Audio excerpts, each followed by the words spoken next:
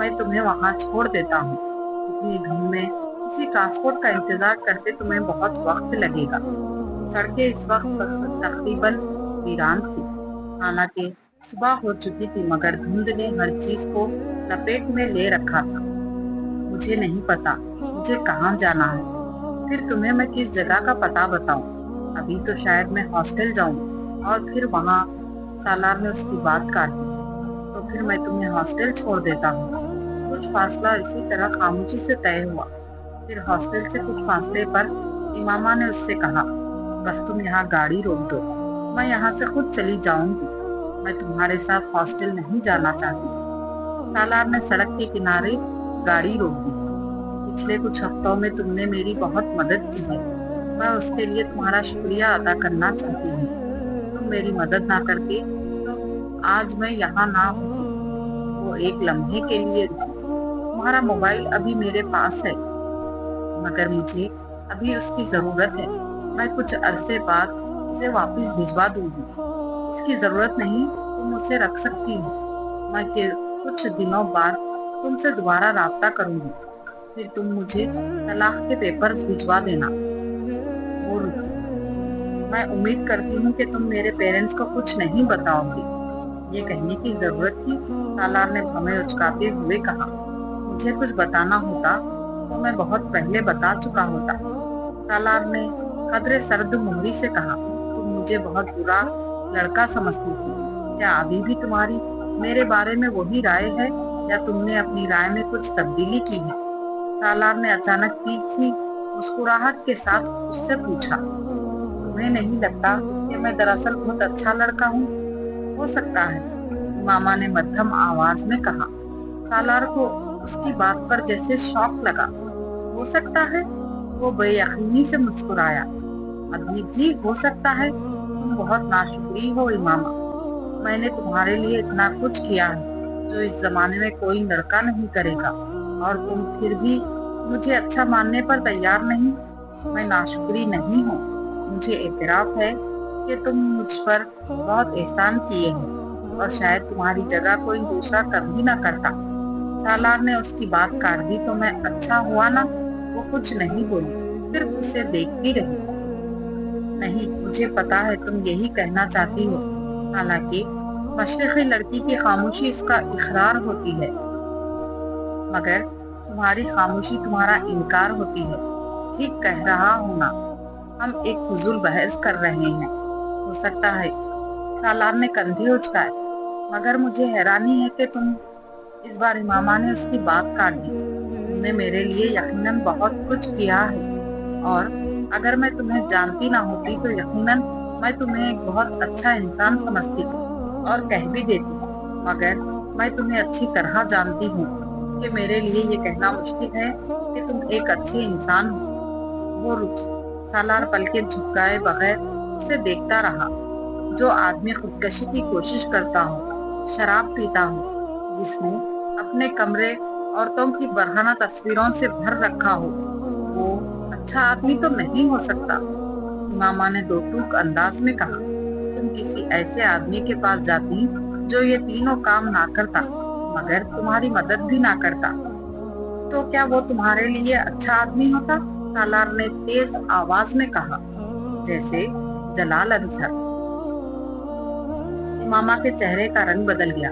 ہاں، اس نے میری مدد نہیں کی، مجھ سے شادی نہیں کی، مگر اس کا یہ مطلب نہیں ہے کہ وہ برا ہو گیا ہے۔ وہ اچھا آدمی ہے، ابھی بھی میرے نزدیک اچھا آدمی ہے، اور میں نے تمہاری مدد کی، تم سے شادی کی، مگر یقیناً اس کا یہ مطلب نہیں ہے کہ میں اچھا ہو گیا ہوں، میں برا آدمی ہوں۔ وہ عجیب سے انداز میں کہتے ہوئے مسکرایا۔ تمہارا خود اپنے بارے میں کیا خیال ہے امامہ؟ کیا تم اچھی لڑکی ہو؟ اس نے اچانک چپتے ہوئے انداز میں پوچھا، اور پھر جواب کا انتظار کیے بغیر کہنے لگا، میرے نزدیک تم بھی اچھی لڑکی نہیں ہو، تم بھی ایک لڑکے کے لیے اپنے گھر سے بھاگی ہو، اپنے منگیتر کو دھوکہ دیا ہے تم نے، اپنی فیملی کی عزت کو خراب کیا ہے تم نے۔ سالار نے ہر لحاظ بالائے طاق رکھتے ہوئے صاف گوئی سے کہا۔ ماما کی آنکھوں میں ہلکی سی نمی آ گئی۔ تم ٹھیک کہتے ہو، میں واقعی اچھی لڑکی نہیں ہوں، ابھی مجھے یہ جملہ بہت سے لوگوں سے سننا ہے۔ میں تمہیں بہت لمبی چوڑی وضاحت دے سکتی ہوں، مگر اس کا کوئی فائدہ نہیں۔ تم ان چیزوں کو نہیں سمجھ سکتے۔ فرض کرو میں تمہیں لاہور نہ لاتا، کہیں اور لے جاتا، پھر؟ مگر میں تمہیں حفاظت سے یہاں لے آیا۔ یہ میرا تم پر کتنا بڑا احسان ہے، تمہیں اندازہ ہے اس کا؟ ماما گردن موڑ کر اسے دیکھنے لگی۔ مجھے یقین تھا تم مجھے کہیں اور نہیں لے جاؤ گے۔ وہ اس کی بات پر ہنسا۔ مجھ پر یقین تھا؟ کیوں؟ میں تو ایک برا لڑکا ہوں۔ مجھے تم پر یقین نہیں تھا، اللہ پر یقین تھا۔ سالار کے ماتھے پر کچھ بل پڑ گئے۔ میں نے اللہ اور اپنے پیغمبر صلی اللہ علیہ وسلم کے لیے سب کچھ چھوڑ دیا ہے۔ یہ کبھی نہیں ہو سکتا تھا کہ وہ مجھے تمہارے جیسے آدمی کے ہاتھوں رسوا کر دے۔ یہ ممکن ہی نہیں تھا۔ فرض کرو ایسا ہو جاتا۔ سالار مضر ہوا۔ میں ایسی بات کیوں فرض کروں جو نہیں ہوئی؟ وہ اپنی بات پر قائم تھی۔ یعنی تم مجھے کسی قسم کا کوئی کریڈٹ نہیں دو گی؟ وہ مذاق اڑانے والے انداز میں مسکرایا۔ اچھا فرض کرو اب تمہیں جانے نہیں دیتا تو تم کیا کرو گی؟ گاڑی کا دروازہ جب تک میں نہیں کھولوں گا نہیں کھلے گا، یہ تم جانتی ہو۔ اب بتاؤ تم کیا کرو گی؟ وہ ایک ٹک اسے دیکھتی رہی۔ یا میں یہ کرتا ہوں۔ سالار نے ڈیش بورڈ پر پڑا ہوا اپنا موبائل اٹھایا اور اس پر ایک نمبر ڈائل کرنے لگا کہ تمہارے گھر فون کر دیتا ہوں۔ اس نے موبائل کی اسکرین کو اس کی آنکھوں کے سامنے لہرایا۔ اس پر امامہ کے گھر کا نمبر تھا۔ میں انہیں تمہارے بارے میں بتاتا ہوں کہ تم کہاں ہو، کس کے ساتھ ہو، پھر یہاں سے تمہیں سیدھا پولیس اسٹیشن لے جا کر ان کی تحویل میں دے دیتا ہوں۔ پھر تمہارے اتحاد اور اعتبار کا کیا ہوا؟ وہ مذاق اڑانے والے انداز میں کہہ رہا تھا۔ امامہ چپ چاپ اسے دیکھتی رہی۔ سالار کو بے حد خوشی محسوس ہوئی۔ سالار نے موبائل آف کرتے ہوئے ایک بار پھر اس کی آنکھوں کے سامنے لہرایا۔ اتنا بڑا احسان کر رہا ہوں میں تم پر کہ ایسا نہیں کر رہا۔ اس نے موبائل کو دوبارہ ڈیش بورڈ پر رکھتے ہوئے کہا، حالانکہ تم بے بس ہو، کچھ بھی نہیں کر سکتی۔ اس طرح رات کو میں تمہیں کہیں اور لے جاتا تو تم کیا کر لیتی؟ میں تمہیں شوٹ کر دیتی۔ سالار نے حیرانی سے اسے دیکھا، پھر خیخہ مار کر ہنسا۔ کیا کر دیتی؟ میں تمہیں شوٹ کر دیتی۔ اس نے اسی انداز میں رک رک کر اسے کہا۔ وہ اسٹیئرنگ پر دونوں ہاتھ رکھ کر کھلکھلا کر ہنسا۔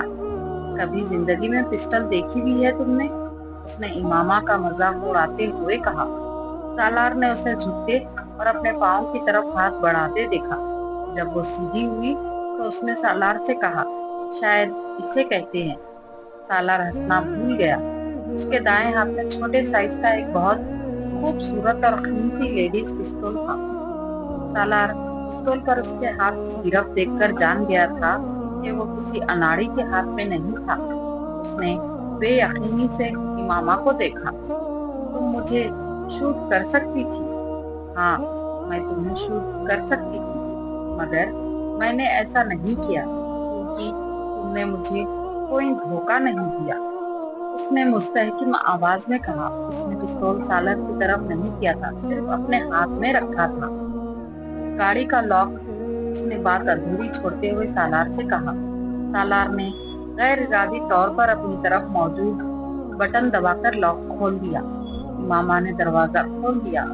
وہ اب پستول اپنی گود میں موجود بیگ میں رکھ رہی۔ دونوں کے درمیان مزید کوئی بات نہیں ہوئی۔ امامہ نے گاڑی سے باہر نکل کر اس کا دروازہ بند کر دیا۔ سالار نے اسے تیز قدموں کے ساتھ ایک قریب آتی ہوئی ویگن کی طرف جاتے اور پھر اس میں سوار ہوتے دیکھا۔ اس کی قوت مشاہدہ بہت تیز تھی۔ وہ کسی بھی شخص کے چہرے کو پڑھ سکتا تھا اور اسے اس چیز پر بڑا زام تھا، مگر وہاں اس دھند آلود سڑک پر گاڑی پر بیٹھے ہوئے اس نے اعتراف کیا، وہ امامہ ہاشم کو نہیں جان سکا تھا۔ وہ اگلے کئی منٹ اسٹیئرنگ پر دونوں ہاتھ رکھے بے یقینی کے عالم میں وہیں بیٹھا رہا تھا۔ امامہ ہاشم کے لیے اس کی ناپسندیدگی میں کچھ اور اضافہ ہو گیا تھا۔ وہ واپسی پر دھن کے پرواہ کیے بغیر پوری رفتار سے گاڑی چلا کر آیا تھا۔